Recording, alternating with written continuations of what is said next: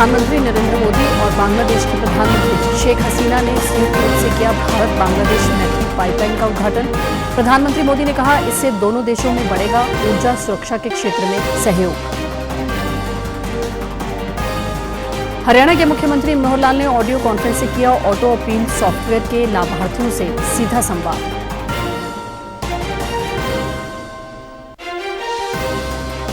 और पंजाब के गांवों को साफ पेयजल मुहैया करवाने के लिए लगाए जाएंगे 5172 क्लोरीनेटर। पानी को कीटाणु मुक्त करके पीने के लिए किया जाएगा सुरक्षित। नमस्कार, चंडीगढ़ से आपका स्वागत है। मैं हूं भानुप्रिया। अब समाचार विस्तार से। प्रधानमंत्री नरेंद्र मोदी और बांग्लादेश की प्रधानमंत्री शेख हसीना ने वीडियो कॉन्फ्रेंस के माध्यम से संयुक्त रूप से भारत बांग्लादेश मैत्री पाइपलाइन का उद्घाटन किया। भारत और बांग्लादेश के बीच 130 किलोमीटर की सीमा पार पहली ऊर्जा पाइपलाइन है, जिसे 377 करोड़ रुपए की लागत से बनाया गया है। प्रधानमंत्री मोदी ने कहा कि पश्चिम बंगाल के सिलीगुड़ी से बांग्लादेश के पार्वतीपुर तक की पाइपलाइन से दोनों देशों के बीच सहयोग का नया अध्याय शुरू हुआ है। इस ऊर्जा पाइपलाइन के जरिए प्रतिवर्ष 10 lakh metric ton high speed diesel भेजा जाएगा। इस पाइपलाइन सप्लाई से खर्च तो घटेगा ही, कार्बन फुटप्रिंट भी कम होगा।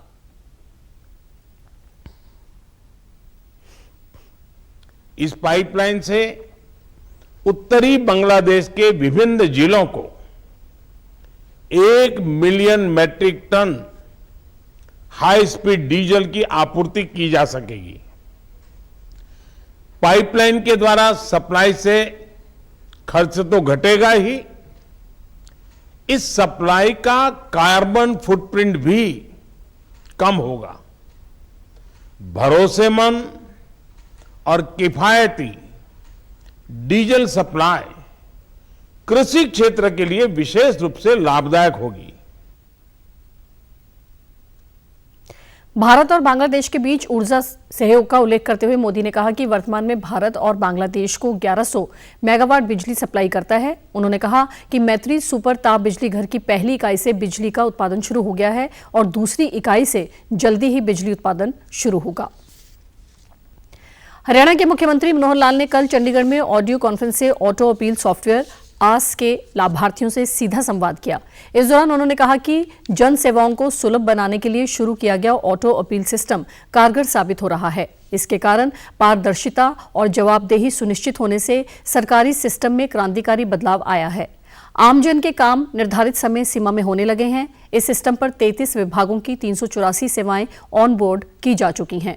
मुख्यमंत्री ने कहा कि सेवा का अधिकार आयोग के द्वारा ऑटो अपील सॉफ्टवेयर की नियमित मॉनिटरिंग की जाती है। जनता की सेवा के इसी भाव के चलते हमारी सरकार को सर्विस डिलीवरी की सरकार कहा जाता है। एक नया कार्यक्रम हमने चलाया और एक सॉफ्टवेयर बनाया। उस सॉफ्टवेयर का नाम था ऑटो अपील सिस्टम अर्थात आस। कुल मिलाकर आज जो आस सिस्टम पर आ गए हैं 33 विभागों के और 384 जो सेवाएं हैं, ये जो है उसके ऊपर ऑनलाइन ये आ गई हैं। इसके लिए हमने एक फोन नंबर भी जारी किया है, ईज ऑफ लिविंग। इस नाते से लोगों का जीवन कैसे सरल हो उस प्रकार के काम को हम कर रहे हैं। और इस काम में हमारा जो सेवा का अधिकार आयोग, ये जो आयोग बना है, इस आयोग के नाते से बहुत बढ़िया काम भी किया जा रहा है। इस दौरान लाभार्थियों ने मुख्यमंत्री का आभार जताते हुए कहा कि अब उन्हें किसी भी सरकारी सेवा लेने के लिए दफ्तरों के बार बार चक्कर नहीं काटने पड़ते हैं। पंजाब पुलिस ने वारिस पंजाब दे समूह के आपराधिक गतिविधियों में लिप्त सदस्यों की गिरफ्तारी के लिए राज्य में व्यापक तलाशी अभियान शुरू किया है। इन सदस्यों के खिलाफ कई आपराधिक मामले दर्ज हैं। अब तक इस सिलसिले में 78 लोगों को गिरफ्तार किया जा चुका है और कई अन्यों को पूछताछ के लिए हिरासत में लिया गया है। पंजाब पुलिस के प्रवक्ता ने बताया कि जालंधर जिले के शाहकोट मालसिया रोड से पुलिस ने इस समूह के 7 लोगों को गिरफ्तार किया है। वारिस पंजाब दे के प्रमुख अमृतपाल सिंह सहित कई अन्य फरार हैं और इन्हें पकड़ने के लिए पुलिस व्यापक अभियान चला रही है। अभियान के दौरान पुलिस ने कई हथियार और कारतूस भी बरामद किए हैं। प्रवक्ता ने बताया कि वारिस पंजाब दे के सदस्यों पर समुदाय में वैमनस्य फैलाने, हत्या के प्रयास, पुलिस कर्मियों पर हमले और सरकारी कर्मियों के कामकाज में बाधा डालने के आरोप हैं। अजनाला पुलिस थाने पर हमले से जुड़े मामले में इस समूह के सदस्यों के खिलाफ 24 फरवरी को प्राथमिकी दर्ज की गई थी। इसी बीच पूरे पंजाब में हाई अलर्ट जारी कर दिया गया। माहौल बिगड़ने की आशंका के चलते रविवार दोपहर 12 बजे मोबाइल इंटरनेट सेवाएं बंद कर दी गई। कई जिलों में धारा 144 लागू करने के साथ ही भारी सुरक्षा बल तैनात किया गया है। पुलिस ने लोगों से अफवाहों पर ध्यान न देने और शांति व्यवस्था बनाए रखने की अपील की है। वहीं हरियाणा में पुलिस अलर्ट रही। इसके चलते पंजाब के साथ लगते जिलों में सघन तलाशी अभियान चलाया गया। पंजाब के गांवों में लोगों को साफ पेयजल मुहैया करवाने के लिए प्रदेश सरकार ने राज्य की जल सप्लाई योजनाओं पर 5172 क्लोरीनेटर यानी पानी को कीटाणु रहित करने वाले यंत्र लगाने का फैसला लिया है। जल आपूर्ति और स्वच्छता मंत्री ब्रह्म शंकर जिम्पा ने बताया कि 10 करोड़ 72 लाख की लागत वाला ये प्रोजेक्ट पानी की सप्लाई को प्रभावशाली ढंग से कीटाणु मुक्त करके इसे पीने के लिए सुरक्षित बनाएगा। उन्होंने कहा कि इस अहम प्रोजेक्ट के लिए बोलियां मांगी गई हैं।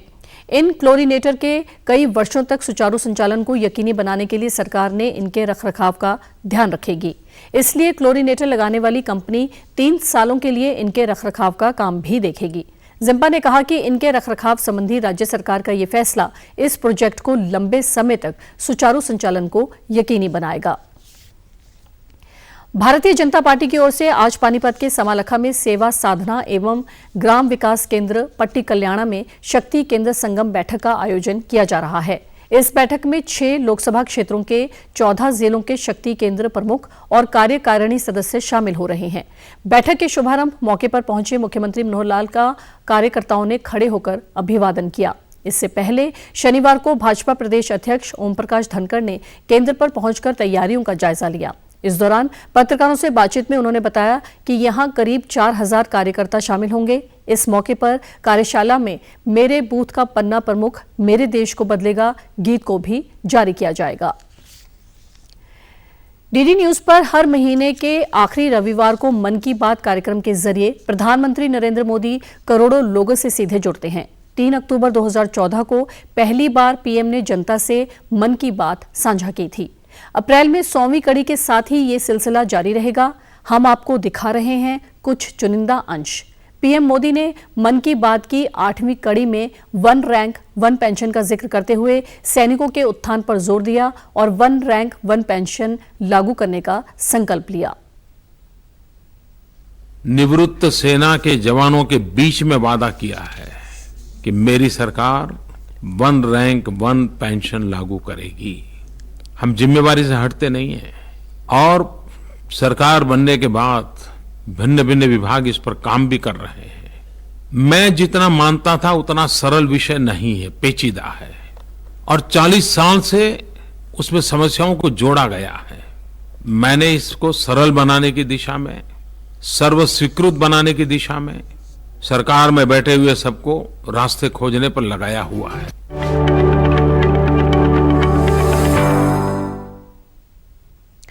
नेहरू युवा केंद्र चंडीगढ़ की ओर से कल युवा उत्सव भारत 2047 कार्यक्रम का आयोजन किया जाएगा। सेक्टर 42 के post graduate government girls college में आयोजित होने वाले इस कार्यक्रम में अलग अलग प्रतियोगिताएं करवाई जाएंगी। कार्यक्रम के बारे में जानकारी देते हुए जिला युवा अधिकारी संजना वत्स ने बताया कि इस युवा उत्सव भारत 2047 में विषय आधारित भाषण प्रतियोगिता, पेंटिंग, फोटोग्राफी, पोइट्री, सांस्कृतिक कार्यक्रम प्रतियोगिताएं करवाई जाएंगी। इस कार्यक्रम के अंदर 5 डिफरेंट कैटेगरीज के अंदर कॉम्पिटिशन्स ऑर्गेनाइज किए जा रहे हैं, जो कि पेंटिंग, फोटोग्राफी, पोइट्री, डेक्लेमेशन और कल्चरल कॉम्पिटिशन्स जैसे कार्यक्रम का आयोजन किया जाएगा, जिसमें पूरे चंडीगढ़ जिले से 15 से 29 आयु वर्ग के जो युवा साथी हैं वो सभी लोग इसमें प्रतिभागी रहेंगे। कार्यक्रम की थीम रहेगी मोदी जी के जो 5 प्रण उन्होंने अपनी इंडिपेंडेंस डे स्पीच के अंदर मेंशन किया था, वही 5 पॉइंट को लेके हम इस कार्यक्रम की थीम को आयोजन करेंगे।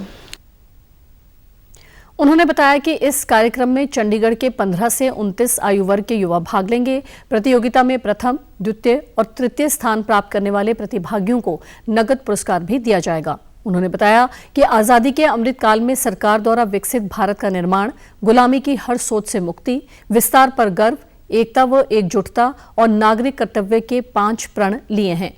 युवाओं को इन 5 प्रणों से जोड़ने का इस कार्यक्रम का मुख्य उद्देश्य है।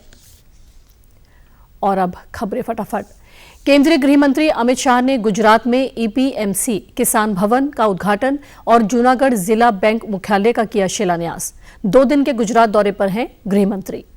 भारत की अध्यक्षता में श्रम 20 की 2 दिन की बैठक आज से अमृतसर में शुरू। G20 देशों के श्रमिक संघों के प्रतिनिधि, विशेषज्ञ और श्रमिक नेता श्रम संबंधी मुद्दों के समाधान पर कर रहे हैं विचार विमर्श।